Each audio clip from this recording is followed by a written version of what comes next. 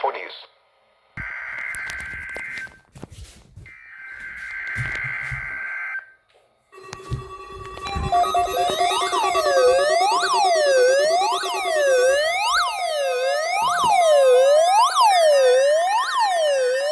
This is the National Weather Service Office in Indianapolis.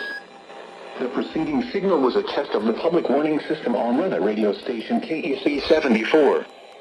During potentially dangerous weather situations, especially bill receivers can be automatically activated by the signal to warn of the impending hazard.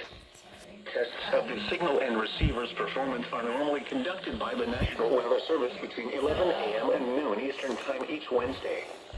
If there is a threat of severe weather, the test will be postponed to the next available good weather day. Reception of this broadcast, and especially the warning alarm tone, will vary at any given location.